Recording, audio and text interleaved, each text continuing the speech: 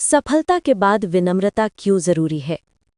अहंकार कैसे विनाश का कारण बनता है? भगवान की कृपा का असली अर्थ क्या है? जीवन में जब हमें कुछ अच्छा मिलता है, सफलता, धन, प्रसिद्धि या सम्मान, तो हमारा मन फूला नहीं समाता।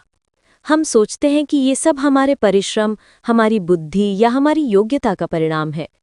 लेकिन सच्चाई ये है कि जीवन में जो कुछ भी हमें मिलता है वो एक अदृश्य शक्ति की देन है। वही शक्ति जो हमें देती भी है और चाहे तो छीन भी सकती है।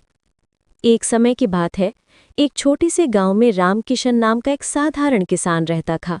वो ईमानदार, मेहनती और शांत स्वभाव का था। हर सुबह वो सूरज उगने से पहले उठ जाता, खेतों में काम करता और शाम को भगवान का नाम लेकर विश्राम करता। धीरे धीरे उसकी मेहनत रंग लाई, उसकी फसलें लहलहाने लगी, उसके पास पैसा आया और गांव में उसका नाम होने लगा। शुरुआत में वो सबके साथ विनम्रता से पेश आता था, लेकिन जैसे जैसे सफलता बढ़ी वैसे वैसे उसके अंदर अहंकार का बीज अंकुरित होने लगा। अब वो गरीब किसानों को तुच्छ समझने लगा। जब कोई उससे मदद मांगने आता तो कहता, मेहनत करो, मेरे जैसा बनो, भगवान मेहनती का साथ देता है, आलसियों का नहीं। गांव वाले धीरे धीरे उसे दूरी बनाने लगे। जो कभी सबका प्रिय था अब वही घमंडी कहलाने लगा। एक दिन गांव में एक बूढ़ा साधु आया। उसके कपड़े पुराने थे लेकिन चेहरे पर अद्भुत तेज था। उसने रामकिशन के घर जाकर कहा, बेटा, सुना है तू बहुत बड़ा किसान बन गया है, क्या मुझे थोड़ा अनाज दान में देगा? रामकिशन ने अहंकार से मुस्कुराते हुए कहा, मैं मेहनत से कमाता हूं, भीख नहीं बांटता, जा कहीं और मांग ले। साधु ने शांत स्वर में कहा, बेटा, याद रख, देने वाला तू नहीं, ऊपर वाला है। वही देता है, वही ले लेता है। जब अहंकार बढ़ जाता है तो वही शक्ति हमें हमारी औकात दिखा देती है। रामकिशन ने साधु की बात को मजाक समझकर हंस दिया, लेकिन कुछ ही दिनों बाद उसके खेतों में टिड्डियों का हमला हुआ। सारी फसल बर्बाद हो गई। कुछ ही हफ्तों में जो व्यक्ति गांव का सबसे बड़ा किसान था वही उधार में डूब गया। उसके घर की छत टपकने लगी, बैल मर गए और उसे अपनी जमीन भी गिरवी रखनी पड़ी।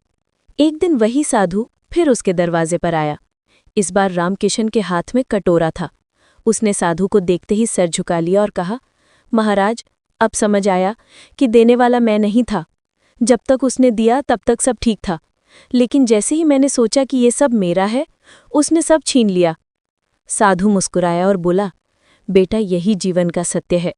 जब मनुष्य को कुछ मिलता है तो उसे अहंकार नहीं, आभार करना चाहिए, क्योंकि देने वाला और छीनने वाला एक ही है, वही परमात्मा। रामकिशन ने साधु के चरणों में गिरकर कहा, मुझे क्षमा करें महाराज, मैं भूल गया था कि हर चीज अस्थायी है। अब से मैं जो भी पाऊंगा उसे भगवान का प्रसाद मानकर दूसरों के साथ बांटूंगा। साधु ने आशीर्वाद दिया, याद रखो बेटा, जब तक विनम्रता तुम्हारे पास है तब तक तुम्हारे पास सब कुछ है, और जब अहंकार आया तो समझो सब कुछ चला गया। उस दिन के बाद रामकिशन ने अपने जीवन को पूरी तरह बदल दिया। उसने फिर से मेहनत शुरू की, लेकिन इस बार अहंकार के बिना। कुछ ही वर्षों में उसका जीवन सुधर गया, लेकिन अब उसकी पहचान एक दानवीर और विनम्र व्यक्ति के रूप में होने लगी। वो अक्सर गांव के बच्चों को ये कहानी सुनाया करता, बच्चों, कभी किसी चीज पर घमंड मत करना। पैसा, शोहरत, ताकत, ये सब हवा की तरह है, कब रुख बदल जाए कोई नहीं जानता।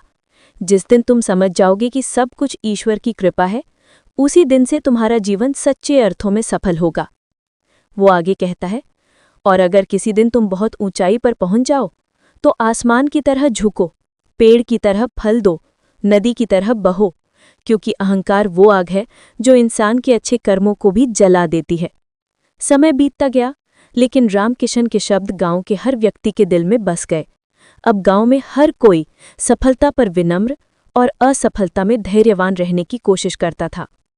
सीख, जीवन में चाहे जितनी भी ऊंचाई मिले, कभी ये मत समझना कि ये तुम्हारे बल पर है, क्योंकि जो आज देता है वही कल छीन भी सकता है। इसलिए हर सफलता के साथ विनम्रता रखना, हर असफलता में धैर्य रखना और हर चीज को उस परमदाता का आशीर्वाद मानना, यही सच्चा जीवन ज्ञान है। अंतिम पंक्ति, कभी कुछ मिलने पर अहंकार मत करना, क्योंकि देने वाला और छीनने वाला एक ही है। देखिए, सोचिए और जीवन में अपनाइए। अगर कहानी पसंद आए तो लाइक, शेयर और सब्सक्राइब ज़रूर करें।